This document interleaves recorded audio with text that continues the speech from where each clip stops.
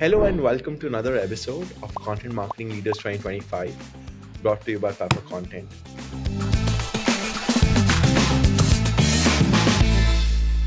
Hello everyone, I am your host Anirudh Singla, the founder and CEO of Pepper, and today we have the pleasure of speaking with Amy Higgins, Director of Content Strategy at Cloudflare. She's had amazing set of experiences across companies like Twilio, Salesforce, Lyra Health, and SAP.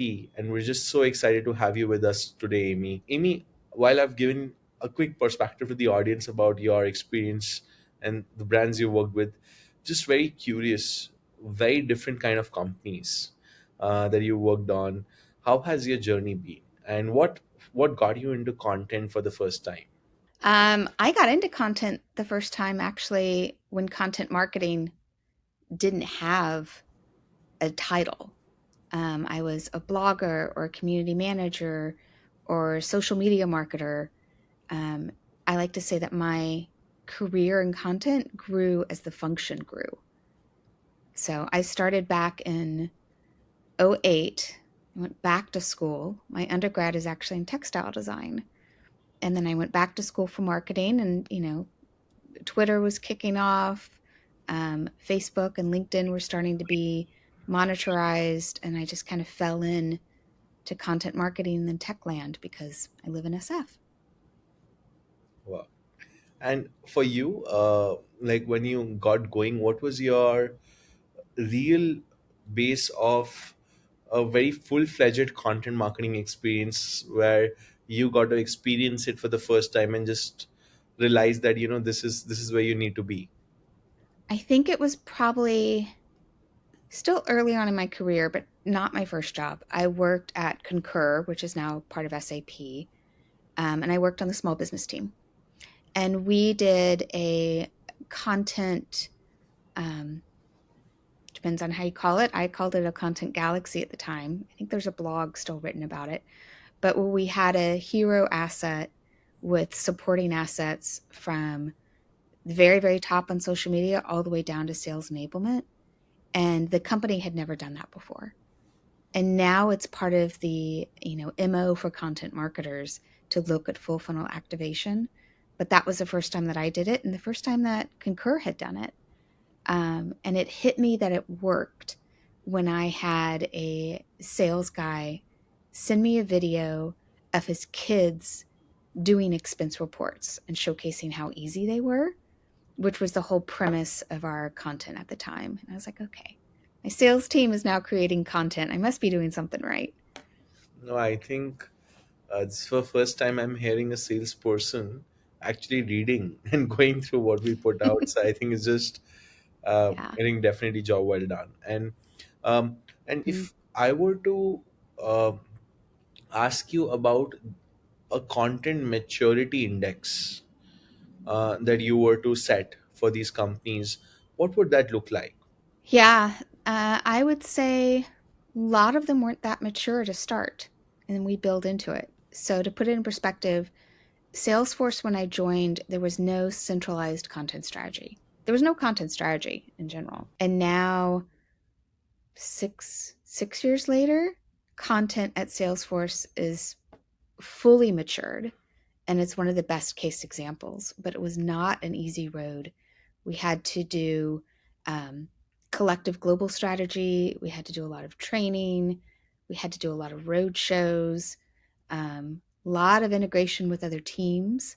And that was the only way that it really became a mature function of the company was the integration with the other teams. And I would say now one of the reasons I came in to Cloudflare is we're at a similar state. We have content, we have great content, but content strategy is not that mature.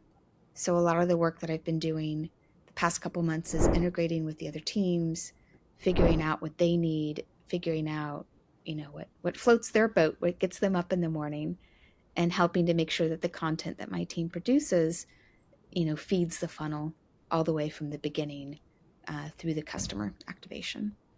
Makes sense.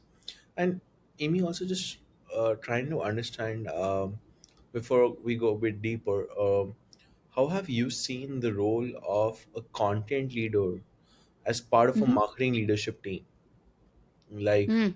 has it grown from being tactical to strategic? Depends on what day of the week, but it's it's changed where it sits. Um, Currently, I sit on corporate marketing, and I've also sat at previous companies on demand gen, on campaigns. I've also sat at previous company on product marketing. So content as a whole, where we sit in the organization changes, and sometimes that changes even within the organization over time. I think Salesforce in the 3 years I was there, we reorged 4 times. Major changes. As far as how we contribute to the organization, that is changing. Sometimes it's still tactical, hey, produce this, produce that. And other times it's more of a strategic feedback loop.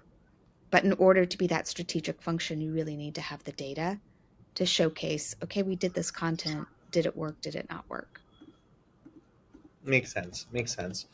And for you, also just going a different tangent, has your background in B2B tech also influenced how you approach content marketing and creation? Like, in general, have you seen that there's a different approach and experience or a way that you find these principles of B2B marketing enhance your ability to produce different kinds of content for these different companies?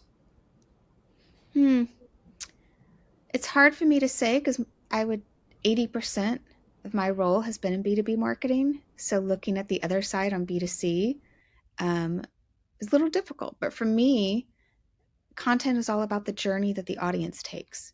So understanding your audience is the first step, and then looking at the data to help gauge, do you understand your audience, is the second step. Makes sense. Makes sense. Yeah.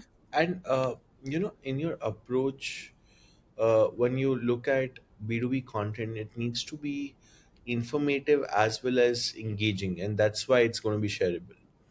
Mm-hmm. So, how are you infusing this creative quotient, which also makes it shareable? Okay, I'm going to throw this question back on you. What do you do at night that's your guilty pleasure? Are you like watching, the British Bake Off series or Love Island? Like, what is your guilty pleasure? I've just been trying that I can do something intellectually simulating, but I don't think I am able to. So I end up a lot on TikTok and Reels and just consume very stupid content. So, if I gave you an ebook on the 5 ways to improve your marketing strategy, would you read that or would you scroll TikTok at the end of the night? TikTok. Yeah. So that's what, as content marketers, we're battling with. It's not, is someone going to read an ebook on content marketing by Pepper Content versus reading an ebook on content marketing by another content agency? It's really, are they going to read the ebook or are they going to scroll TikTok? And so when you're producing your marketing campaigns, you have to think about, how do you hold the audience's attention and what provides them the most value. A lot of times it's never talking about your brand, it's talking about the pain points and something that they're trying to solve and something that they want to geek out on. So, I have friends during the pandemic who geeked out on sourdough bread. They would spend hours researching how to keep the perfect recipe and, the perfect, I forget what you call it, but the jar of like sourdough premix that you have. If you could take that sort of interest of geeking out on sourdough bread and have it be about your brand, wouldn't that be amazing? So as content marketers, that's what we are challenged with, is providing that creativity so someone can go deep within the topic Makes sense. versus scrolling on TikTok. I think that's very interesting. I think this just opens up a completely different tangent. How have you seen creativity also being balanced by data? I think good ones always balance and marry both of them. But back to like the Profix example of the game, We shot out this idea. It was totally off brand for them, something that they hadn't tried before. It was bright, sparkly colors. Um, and so we tested it with a very small budget. Like, let's do a paid campaign for a couple of weeks, see how it does, very tiny. And if it explodes, then we'll do a larger campaign. And so I think, especially B2B marketers, as excited as we get about creative, we also get a little scared. And so thinking about that fear and how can you test it and do baby steps and then use the data to inform you, are you going in the right direction or not? That's where I see the good balance happening. Makes sense. Makes sense. And like also, just doubling down. When you're talking about these data and insights, what's the right kind of content apparatus or ecosystem you need to actually be able to come out with something meaningful? And Mm, what's the time you need to be able to build this out? yeah, I think with the ecosystem, I look at three very distinct avenues. And it doesn't matter the assets you're producing or the content types you're producing. It's, are you bringing people in? Are you keeping them engaged? And are you moving them through the funnel? And when people look at one section of those metrics or one asset and not the whole ecosystem, then it fails. I'll give you a good example. One of my coworkers did an ebook when I worked at Concur of your expense policy template. Now, spoiler alert, it wasn't really a template. It was about like 6 things that your expense policy should have. And so we got a lot of form fills for that asset and zero downloads because people would fill out the form, open up the asset, and go, this is not what I'm looking for. And then they would leave. And that to me is a failure because we lost those customers, we lost their trust. However, it was a success because we knew they were looking for a template. So, how did we reframe things to make a template on what they wanted? And then, how did we change the content that was actually inside the ebook to be something else and change the title? That's very interesting. And you know, what I'm also seeing is people just respond a lot well to these surveys, I think, Mm-hmm. and this approach. And I think a big part of it is somehow I've just felt that survey content's been the most boring content ever that you end up consuming, even though it just has the most interesting insights. I think with survey content, it's how to make the insights actionable instead of just giving you something and making it personable. So if you give a broad survey response, um, 80% of content marketers work better in the evening. No, that just makes so much sense. And for you, Amy, as you've gone about building content marketing programs in all these large enterprises, what has been your support ecosystem? Have you often worked with building in-house teams or worked with agencies? And like, is it been a mix of both? And how do you go about balancing the both? Just good to understand. Hmm. I do it as a combination thereof. I've had teams of 10 writers and so 10 executioners all at once. I've had a team of, strategist in house, but executioner outhouse. I've had teams where I've had agencies who are both strategy and execution on one section, and then I have completely in house on another section. And really, to me, it's once you get an agency that you know and love and that can pivot as you need to be pivoted, um, they're just part of your in house team, they're an extension. I worked with one agency that's how we interacted. We were an extension of our key team. So, our we always would talk in house. Makes sense. That's great insight. And for you, what's the differentiator? Is it largely there's is subject expertise what you look for, or like what's the differentiating factor for you? I look at two things. I look at, can they learn our product quickly? Can they learn our audience quickly? Sometimes that is they do have expertise in the subject. But I also look at how easy are they to work with. Um, what outside input do they come in that we wouldn't think about? You spoke about HR earlier. When I hire people, both agencies or contractors or in house, I never look at culture fit. I look at culture add. So, do they bring a different perspective? Do they bring a different background? Do they have different experiences that we currently do not have on the team that they can provide that insight and that background for us? Makes sense. That's very interesting.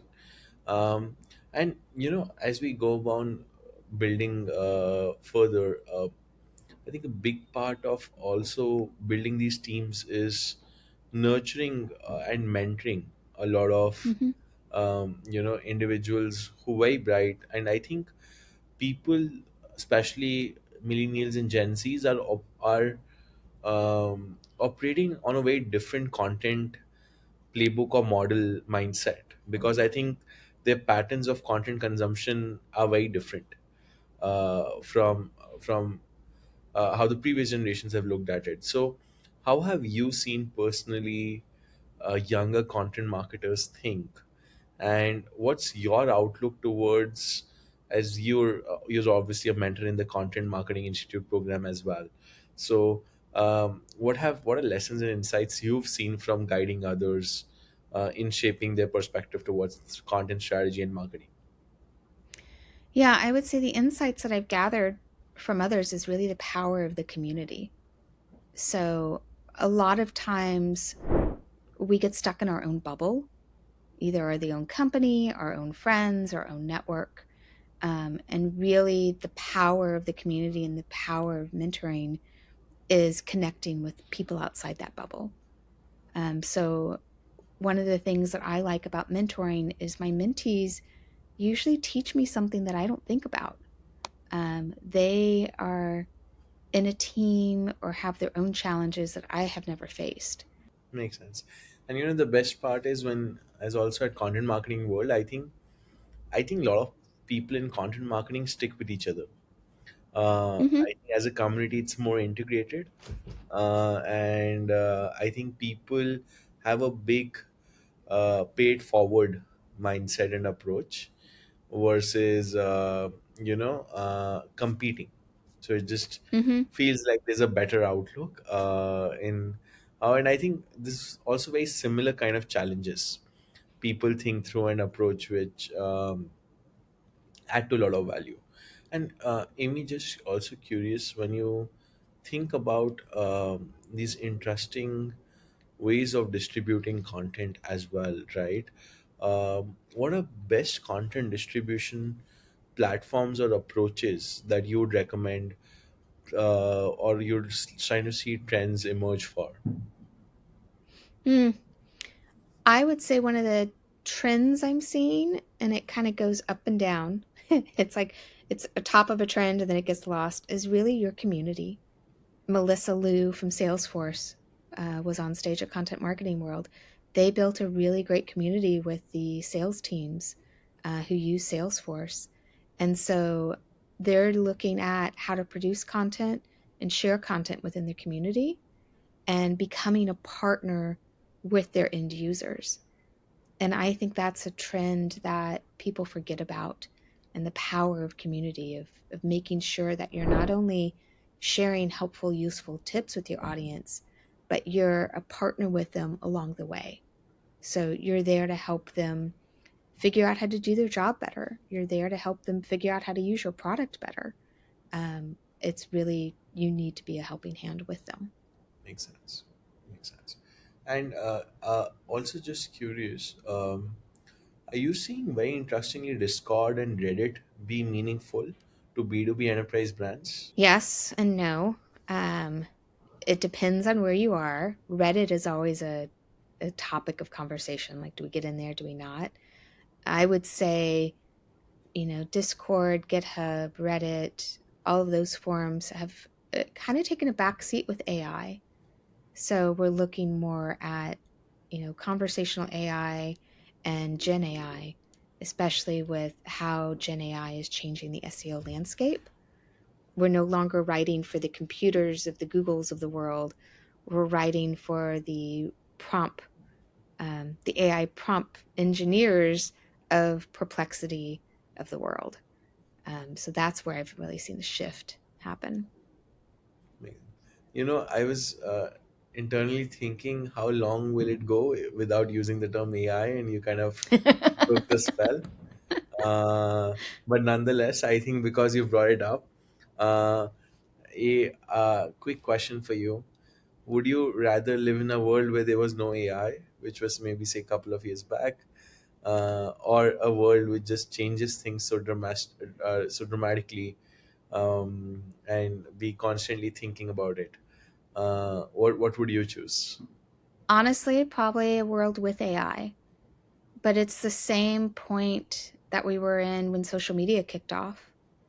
You know, in 2006, we could never imagine a world where you're checking X or formerly Twitter or Instagram or, your hours of scrolling of TikTok. Like that was not part of our normal vocabulary.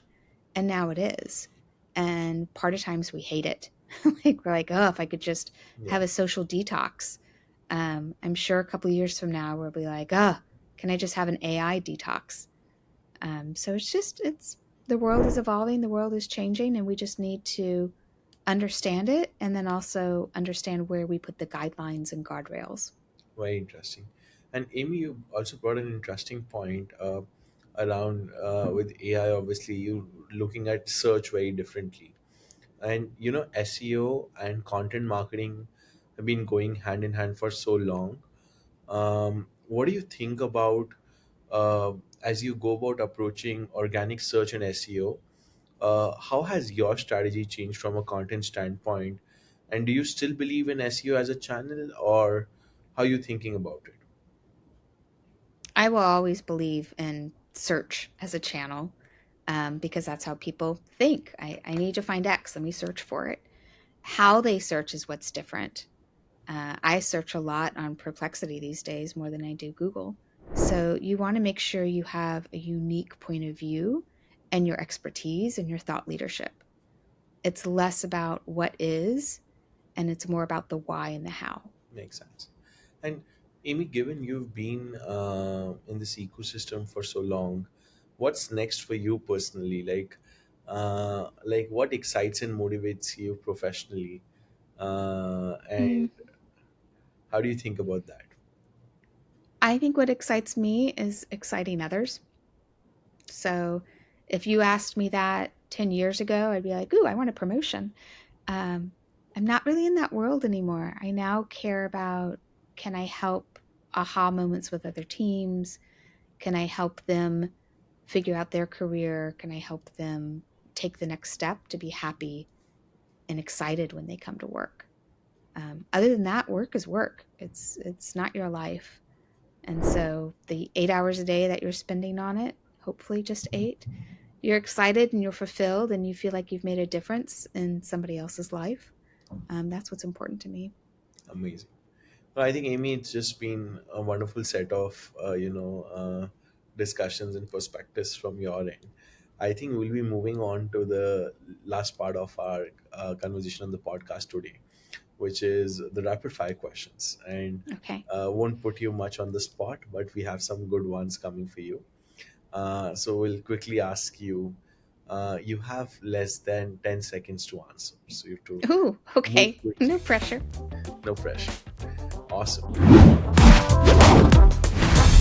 So, are you a mountains person or a beach person? Ooh, mountains. If you weren't slaying marketing, what would you be doing? Probably traveling the world. Opera, scuba diving, or SEO? What's most fun? Ooh, scuba diving. What's your favorite piece of wearable art you've created? Probably this ring. Oh, it's on my middle finger, but Very interesting. yeah. Looks amazing. Data or storytelling? Storytelling. More challenging, managing influencers or managing underwater breathing? Managing influencers. If you turn any mundane task into an Olympic sport, what would it be In marketing or life in general? in general? Probably organizing my flu log collection. That's very interesting. If you were to sum up your content philosophy in a single hashtag, what would it be? Together. If you could only use one social media platform for the rest of your life, which one would it Can I pick none? be? That's the deep. Maybe, probably Instagram because I like photos and videos. No, awesome. I think, Amy, that's it from our end. I think is a parting last lesson from you. Any specific message you'd like to talk about for fellow content marketers or aspiring people who are looking to go into content marketing? I would say for people looking to go into it, never be afraid to reach out. Like you said, content marketing community is a very helpful community. So never be afraid to reach out and ask for a helping hand. Awesome. Thank you so much, Amy, for being on the podcast. It's just been a pleasure, and I had a lot of fun recording this with you. Yeah, that's great. So, Thank you.